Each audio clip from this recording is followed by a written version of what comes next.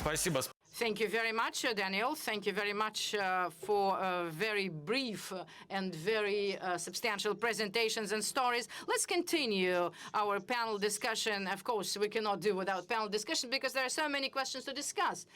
And while this space is being expanded, so I would like to say that there are experts of the industry here. Who knew before the conference that it's the 30 years anniversary of the first GSM call? Please raise your hands. Well, 1/4, and we have professionals in here. Well, strange, because it's bizarre. Why not to celebrate this thing?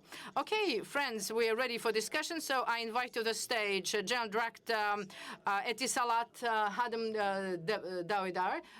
Where are you? So he's somewhere here. I'm sure he will join in. Alexander Chub, Russian Towers. Alexander, you're welcome. Please take your seat. Alexander Torbakhov, General Director, Beeline.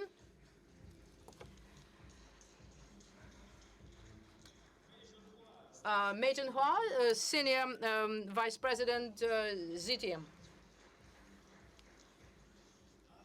And Serebryanikova, President, Big Data Association.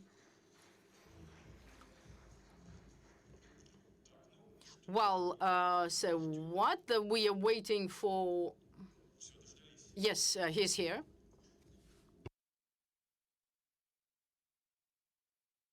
Anna, let's start with you. Irrespective that you are farther from me, you are the only lady. So the industry is very male, well, at least in Russia, because we discussed it with you before the beginning. Big number of questions accumulated here, and everybody is fond of starting the conferences for talking about pandemic, what clear enough. Well, we are sort of a little bit tired about this story, but still in Telecom we have a big issue for Russia, which is 5G. And we mentioned it during the interview. We were talking about AI and big data. Anna, I would request you to sort of draw a picture, a holistic picture. What is the most substantial? What changes are the most substantial and significant for the industry, both in Russia and in the world? What is the weight? Pandemic, post-pandemic effects, arguments about 5G, frequency, big data, whether the operators... Well, can you provide the sort of... what is the most important thing? So you are dealing with big data, right? So you are analyzing and enriching them. What does analysis say? Yes, thank you very much. I would take the opportunity happily with this handicap. Well, I would like to mention here, well, holistically, well, first of all, of course, we should agree with the colleagues talking before me. Yes, maybe to provide some regional specifics here, because we're discussing it now. 5G. Needless to say, 5G, first of all, is, well, technological trend that we cannot avoid. Well, number two, obviously, we realize the importance of connectivity in general for us. Mobile networks, fixed and opportunity to be online with everyone. Well, digital inequality almost we've succeeded, and so we are shortly will do it finally. But this demand of the people to use the networks, it's growing, and not only because they spend more time now using the technology, but also because the producers of the content, of applications, streaming services, gaming, those are the main trends now. They are improving the quality of their content and thus requiring using more networks. What goes on in Russia with frequencies? Well, in the recent decade, you said 30 years of the GSM call, no new frequencies were allocated to the operators. This situation cannot be stable. And certainly we do need frequencies. We have to determine this. Well, it's 4.8, 4.9. Very difficult for Russia. Might not be the main one, the basic one. So we have to get back to the dialogue of 3.4, 3.8. So certainly we should not forget about the lower ranges. It's 700. If we get aligned with the TV, And this alignment should be achieved shortly. Otherwise, we will feel lower quality of connections, and operators are talking about that. And equipment manufacturers also mentioned that not only the cost per a unit of throughput, but the physical opportunity of the throughput. This has been growing for the whole industry, but that's about 5G. As for the use cases, I would like to support the colleagues saying that not only the industrial cases are possible here, increasing requirements of quality of the content. Well, this dictates the increased throughput capacity and more demand for speed. So we will see that in the coming 2 to 3 years. And certainly what we can see is heating market of infrastructure. And colleagues mentioned that. That's the number 2 trend, which is important. Investment into clouds. Which covers both telecom operators, but not only telecom operators. Interestingly, this market is going to be developed and distributed a little bit in a different way than classical telecom store. It's not a closed loop. It's mostly open. And I think we will have an opportunity today to talk about the tower infrastructure, physical infrastructure of telecom, which is currently going through the new stage of development. Everybody expecting the 5G development and to manage the telecom infrastructure will be possible in a different way, in a new way. Well, big data, well, there are no operators now not using such technologies now, but just develop the infrastructure in a different way, sharing and opportunities of joint development. The third trend I would like to mention is cross-industrial cooperation. Being the president of Association of Big Data and having opportunities to unite and combine all telecom operators, major banks, both classical and absolutely digital, and our internet industry leaders, I can see that this request for the right work with customers is something all industries do have. And this joint work generates new insights and fruit. Well, the role of the platform is an opportunity to work with the data of different industries, crossing and providing and manufacturing products based on that. So, of course, there's big regulatory discussions underway, and we think that the main value of the 21st century, on the one hand, is, but on the other, is to explain to the regulators that without damaging privacy, you can use and work with private data and without risks, and that's a challenge. And the crossroads we have to pass together with the regulator this year. And another trend that was mentioned already today is ethical use of technology.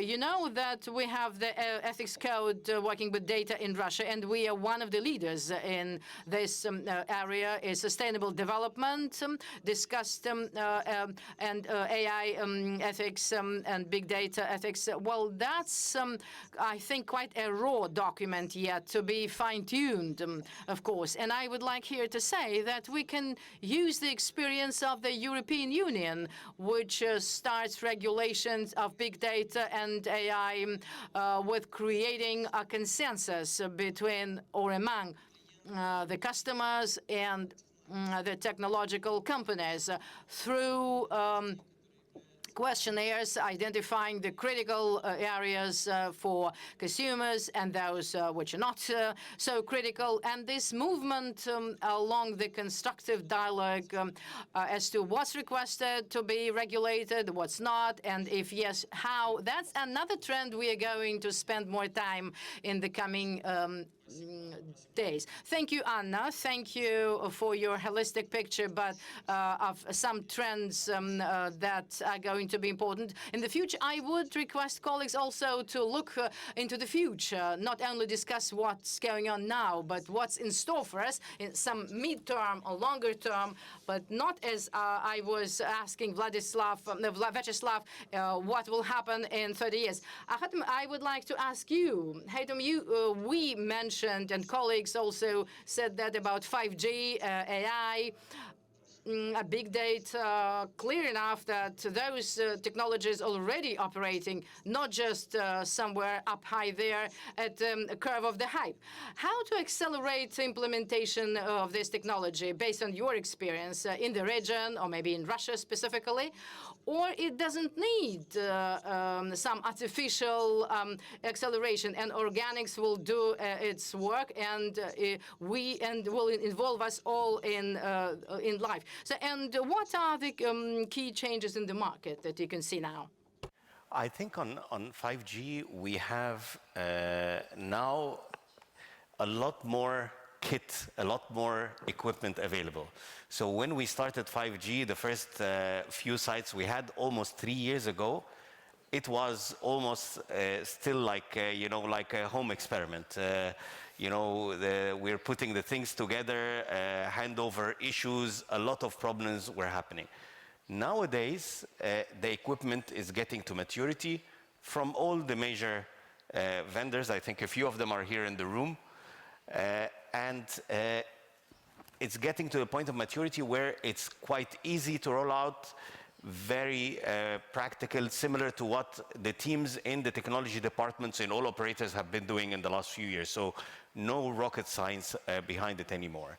However, for 5G to succeed, the key things, and I think our colleague here mentioned, is the spectrum.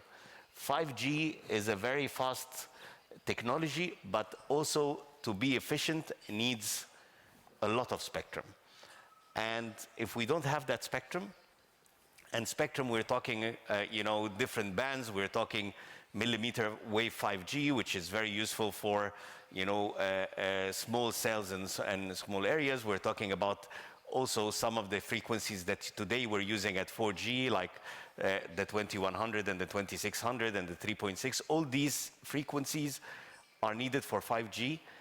And in our experience, to get a proper 5G network, you need at least 50 megahertz to be allocated to 5G to be able to say, okay, I have a 5G service. Anything below that, it starts becoming just a way of implementing 4G, and in that case, the efficiency that you get from 5G is not there. So equipment is there. Spectrum, from what I understand, is not fully there yet. So I think that operators working with the regulators to make sure that this becomes available is essential before we start talking about 5G. But then after that, the implementation and integration into the network has become very, very easy. And it's possible now. You have the two modes of operation of 5G. There's a pure play 5G, where you would also have a completely new core for the network working on 5G, but the possibility also of using the same switching capacity that we have for 4G while using 5G radio is also a possibility. So it's become more of, 3-4 years ago, 5G was almost a revolution, something completely new. Now 5G is becoming more and more a smoother evolution of the networks, to the point that, again, in the GSMA in Barcelona, we were talking about setting the standards for 6G. So this means that 5G is when you start talking about the next generation, it means the current generation is reaching a certain level of maturity. So I think from what I hear, here, I think the issue and the challenge will be getting enough spectrum to have an efficient 5G network. Хорошо, спасибо. Thank you very much, Alexander. Alexander Chub, a question to you. Colleagues have talked about 6G already. So far with, well, it's a separate painful thing with spectrum. Let's talk about infrastructure and what Anna was mentioning. What changes Russian infrastructure does need now? And your project is interesting, and your colleagues. How do you view this picture? Tower infrastructure, what should it be? And what do you do to improve our life? For us, not yet having 5G, and 6G is somewhere out there. Well, hi, everybody. Been a long time without this opportunity, so thank you very much that we are here physically present after 2 years. Not only in 2 years, recently, I think in mobile industry, fundamental changes are underway. First of all, as to how to determine the role of mobile operator. Maybe not everybody will agree with me, but mobile operator is our life partner. And me as private user or professional, they should provide the whole spectrum of services I need. And for that, mobile operators can see that in this difficult and substantially changed competitive environment, when services are not provided only by 4 colleagues, but whomever, Sberbank, Tinkov, down to Telecom and Yandex. So in this case, the competitive advantage and attributes would be not the infrastructure which used to be, and not the number of basic stations or facilities, but managing the depth of relationships with mobile users, the time the users spend, and the amount of money paid. So in this case, in this respect, the roles between the operator and infrastructure company, which we are substantially redistributed. How redistributed? Well, the Russian towers, well, the name says that it used to be born as a company building high 70-meter facilities 10 years ago at the order of the customer. But in this decade, our vision of partnership has changed dramatically. Now we can see that not towers, but infrastructure is needed, not just anywhere, but first of all in the place where the mobile customers are, where we live, where we travel, where we spend our free time. That's the urban and transport environment. So we have to develop the urban and transport infrastructure. Then we paid attention to the fact that we as users, that we spend time both outside and inside buildings. So we need solutions both for the indoor and outdoor signals penetration. So, and someone should integrate it seamlessly into the network. That's also for the operator, and we in our company are doing it. The next step was obvious enough. If we can provide comprehensive solutions, why not do it proactively? And today we have a number of implemented projects. We, as infrastructure operator, analyze the status of coverage and then provide proposals how to improve it and offer coverage as a service to mobile operator. It's not a massive product yet now, but we do have already implemented projects, Kronstadt, Nizhny Tagil, and we are doing it now in Taganrog, a center of Yekaterinburg, and Sochi. Actually, the situation is dramatically changing, and our role accordingly. We are becoming partner, your life partner, technological life partner for mobile operators. And as for the 5G, well, with looking at that, so with the number of infrastructural solutions should be increased, and the speed of data transfer.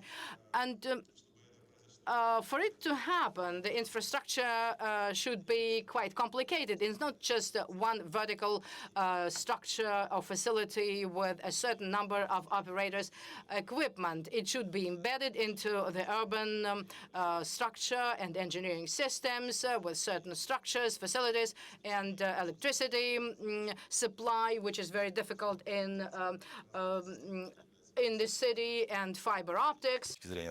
Is also a very important thing in terms of throughput capacity and the speed of data transmission. And another thing, edge computing is also very important. The systems that accelerate data transfer that happens not somewhere in a processing center, but something closer to a site where mobile clients are located, and also the systems for distributed data storage that is not located somewhere else, but here in the streets, and there are tens and hundreds of them in order to have good speed for the signal in line with the 5G requirements. And then a huge question is, who is going to do this?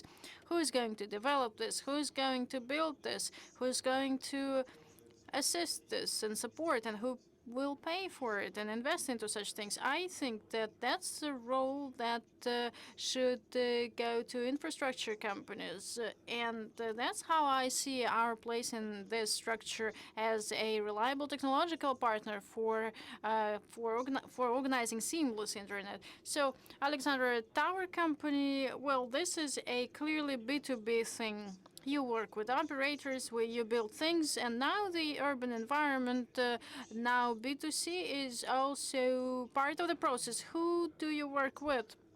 How your role changes in this? You know, like in chemistry, a molecule describing a matter. In our code at the setup period, it was clearly B2B. Us and mobile operator was the formula for our relations.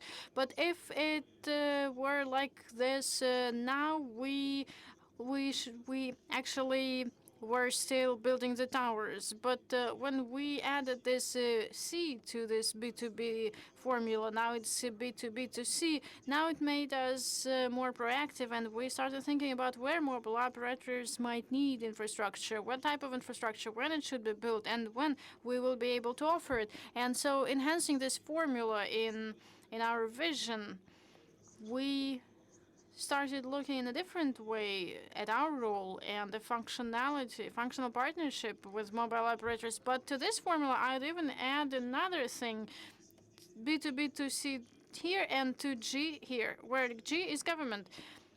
Now we understand that our main client and main partner is for mobile operators in this country, but people with whom we spend much of our time is not mobile operators, but city and neighborhood and county administration and authorities, those who impact development of infrastructure in any city, in any settlement, and irrespective of the fact that this is not yet a paying client part of the business, but in terms of efforts invested, these relationships take much time and efforts. And now we have specialists in the company we could not imagine before. You know, specialists in urbanism, for instance. We plan to develop this area because in order to talk to local authorities and share the same language, you need to know the culture and the technologies for urban development and be expert in this. That's why speaking about your formula, B2B to C and to G is here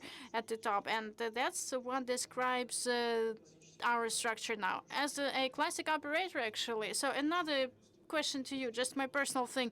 I see colleagues here in the room, journalists. I think you will be asked about this very soon offline. But about the deal, I would like to ask you something about the deal. Something was sold recently and not to you. Aren't you offended? Alexander, you might also add to this. Why not you? Is it me answering the question? Yes, it's you.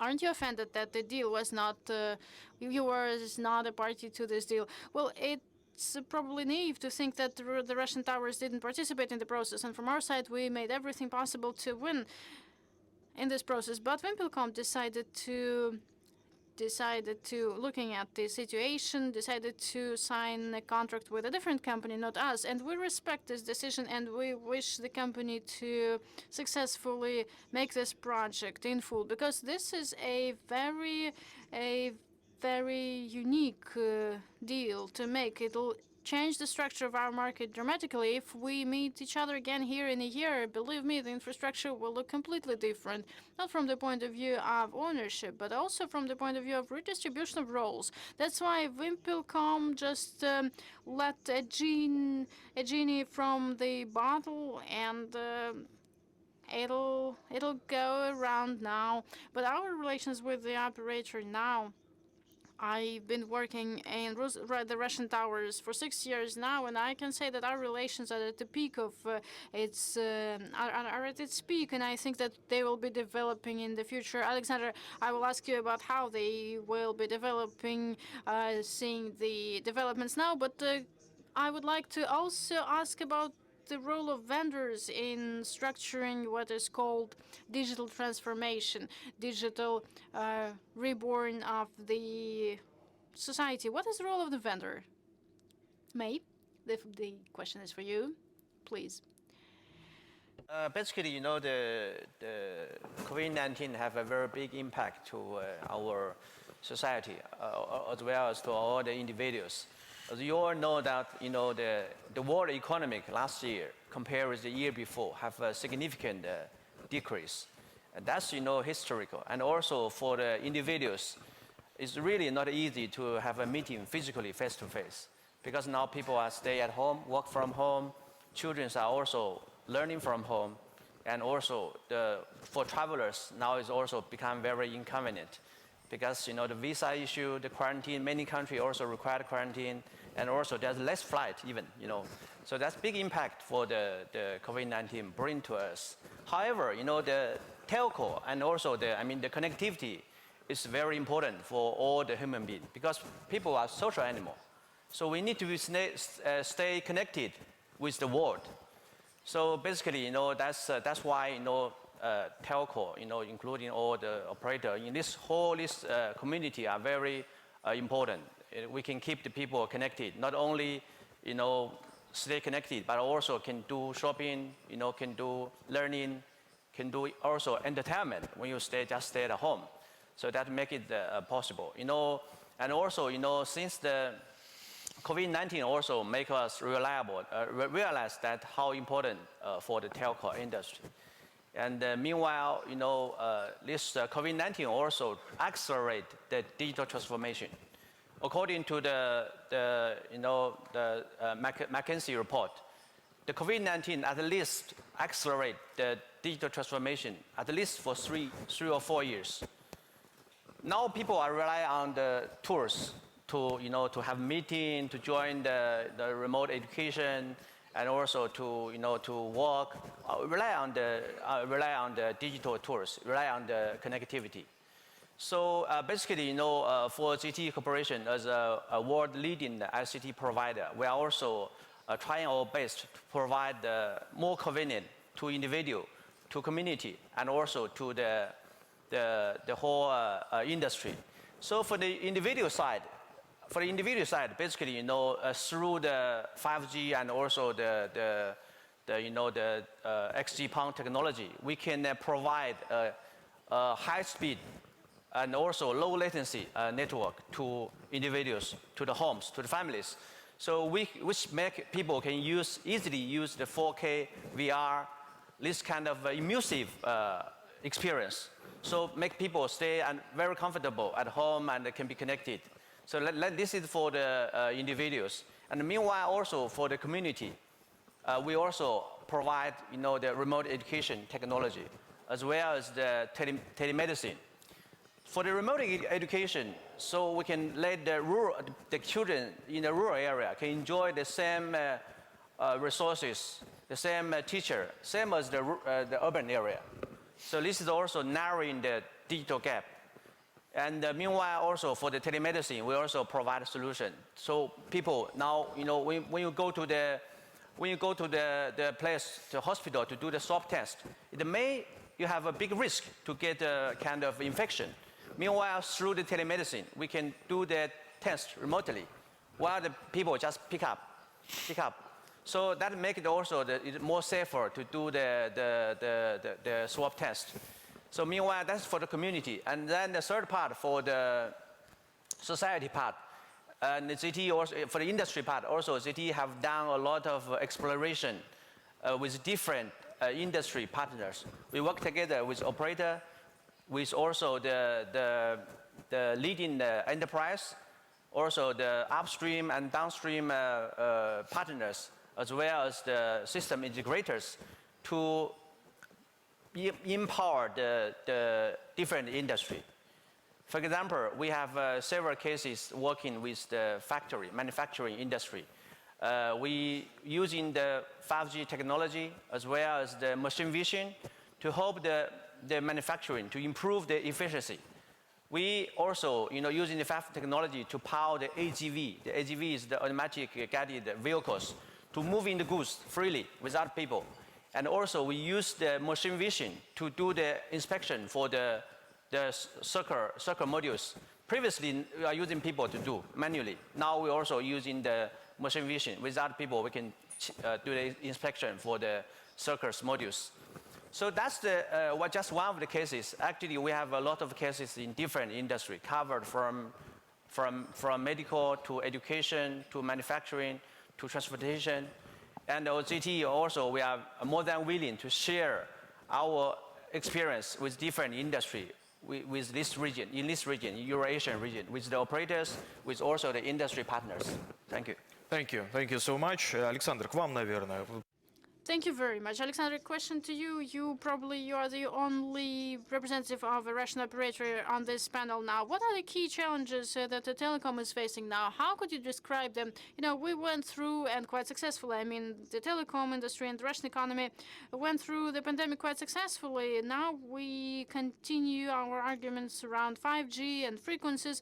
Unfortunately, income of population isn't growing and the costs are cut for some services. What is the most important thing now? What do you think? What are the problems and challenges you face more often, and where are the growth points? And basing on what we were discussing in the first part of our opening panel, we were speaking a lot about 5G and technologies and data-driven society. How can we bring it all together? What is your vision? Thank you very much. I'd even add something to this discussion.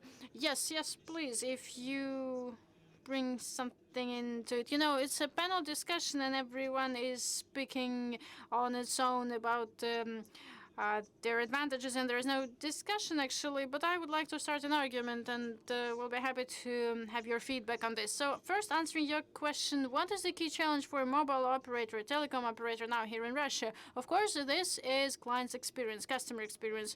And by the way, for any company, customer experience is a defining factor, not technologies, not 5G, not AI, with all due respect to all these things. And actually, we can speak about customer experience in the framework of mobile communication services and the customer experiences that other players try to create in adjacent industries, and also mobile operators try to play the same game. As for 5G, I do not agree with colleagues who spoke before, saying that the key thing is frequencies, the key thing is development of technologies, and then 6G is coming. Well, these are all great things, yes, but from my point of view, no breakthrough growth of 5G we will witness before we have high-quality customer experience, comparing to that we are seeing today. And what happens in the world now, we see it clearly. There's no 5G here in Russia yet, but there are countries and hundreds of mobile operators across the world who deployed 5G. And yes, it's cool when a video is loading on your smartphone, not for 5 or 10 seconds, not 30 or 40 seconds, but actually it doesn't change anything, doesn't change a lot, and there won't be huge breakthrough as it was the case with LTE. It really changed the lives of people. HD video is very quick on LTE, and that was a breakthrough indeed. But creating new customer experience and how to bring a service that was not possible on 4G. This is not about faster videos on your YouTube. From the point of view of a customer, videos on YouTube, both in 4G or 5G, goes the same way. But why 5G is good? And it is good not because of its high speed, but also low latency. But for ordinary people, they do not see things like that. But things related to gaming and machines and medicine, for these things, 5G is quite relevant. But we need to work on this further. And when we offer something clients can really see, probably those are just ordinary people or surgeons who see how these technologies really, what they can give them, then these technologies can accelerate. And the same thing is relevant for classic telecom services. For instance, the point saying that we give the fastest internet, in my understanding, this is not about the customer, not about the client, because sometimes I use this speed tests just from professional interest. 20 megabits per second or 80 megabits per second. Clients do not really care. They do not see the difference. What they see when they go on a taxi across the city, and in one place a video on YouTube is okay, in another place of the city a video is slow, because the network is built in a way that it does not give an even coverage. And this balanced coverage is defining the customer's experience, not whether you give 20 or 80 megabits. Just to clarify, what do we understand by customer's experience? Is it just reliability and uninterrupted coverage? Vyacheslav, I'm sure they are building an ecosystem, and they say a customer's experience is you can have through my app, you can get a loan through my app or watch a video and so on. What is customer's experience? Customer's experience is what they feel when they consume a product. If they consume a service, if they watch a video, for instance, how they perceive watching this video, this is customer's experience. There were we just had black and white photos before, but now this is HD quality video. This is change in customer's experience. And again, if you are on a car and you watch a video and your video is okay at one place and then it's slow in another place, this is your customer's experience. If you just want to, for instance, everyone likes speaking about fintech now, but I spent 8 years, not 80, sorry, it was not 80 years in fintech, but 8 years in fintech, and I can see the picture from both sides. Just offering a consumer loan is not rocket science today. This customer experience has been created long before. Paperless process. You can have your loan in a minute, and this is quite cheap thing in terms of pricing for clients. If you are ready to bring into this need of the client to have a loan, for instance, if you are ready to bring something new into the process, something that is making it better, then you might think of a growth in your company. If you again offer the same thing as others, then you have the same prospects as others, and your service has the same prospects. Client's experience is how clients see and feel it when they consume a service and actually satisfies a need. Colleagues, do you agree with what Alexander says, saying that customer experience first? Well, technologies for the sake of technologies is something I do not really understand also, but client's experience can be relevant not only for B2C but for B2B also. And the story with 5G and other things, it's probably about the same. Colleagues, anything to respond to it? I do not have anything to add.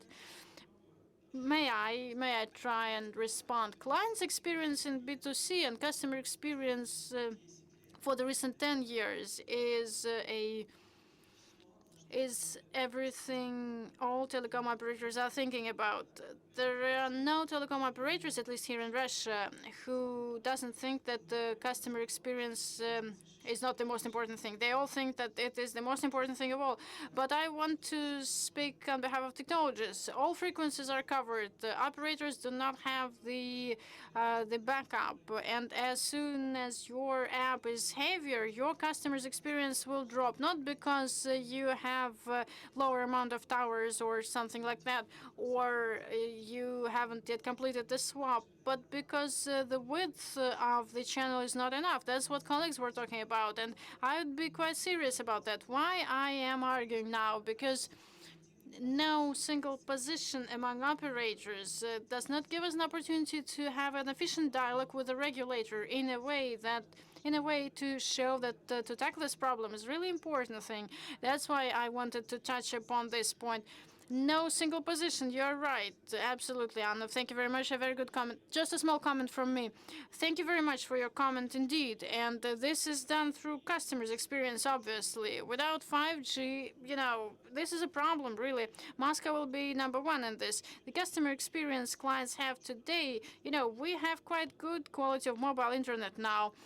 It is at the top global level. It doesn't mean whether it's 20 or 80 megabits per second, but you can watch HD videos very effectively. But this Moscow client's experience, I feel like the progress cannot go back. Well, it actually can. In a couple of years, we will just physically cover all the ranges we have, and this customer experience might worsen. You might face problems when watching HD videos. So that's why thank you very much for this comment. And this might be a crisis because customers' experience might degrade. Thank you very much for your comment. Hatem, please, you're welcome. I think I wanted to just highlight something. There is customer experience, which is core experience, which was what is the customer expecting to get. So the customer is expecting when they make a phone call that they connect, when they get data, like our colleague said, you're able to watch a video without interruption. But the real success is creating also customer delight.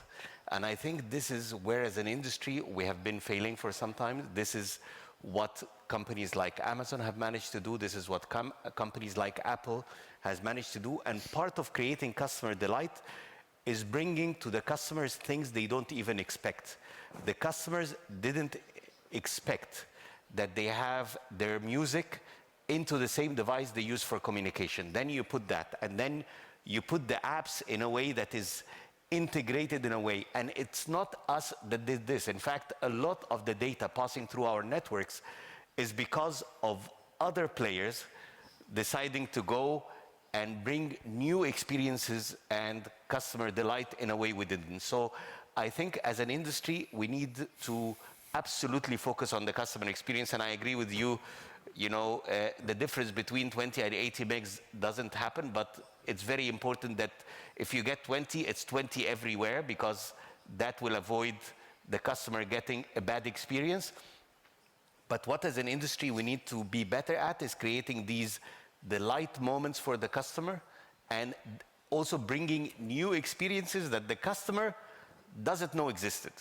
And this, I think, would be probably the breakthrough. When we manage to do this, that's the breakthrough for us as an industry. Thank you so much, Mr. Zhonghua. Yeah, my understanding is that, of course, user experience. For consumers, user experience is the most important thing.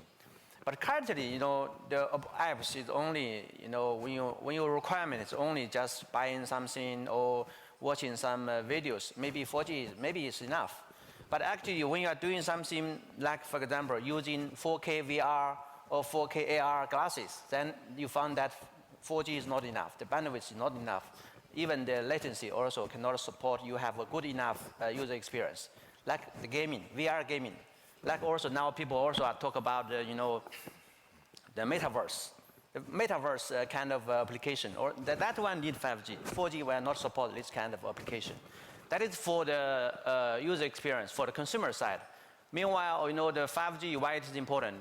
The other side is for the IoT, the massive connection, as well as the industry side. The industry, for example, in the power grid company, that one required very low latency, which 4G cannot support. So those kind of, the industry side is also one of the major reasons we need to migrate from 4G to 5G. That's one of also the major reasons. That's my perspective. Thank you. Thank you so much. Господа, только начали разговаривать. Gentlemen, ladies and gentlemen, we just started our discussion, but unfortunately time is up. But I'm sure we will have enough time to discuss everything. We are having 2 days of our GSMA event. I hope that all subjects will be covered during the sessions and offline. Thank you very much to panelists, to our speakers, to all the participants of our panel. Thank you very much to sponsors, MTS and Huawei. So with this, I will announce a coffee break now. Have a cup of coffee and have a fruitful day. Thank you very much.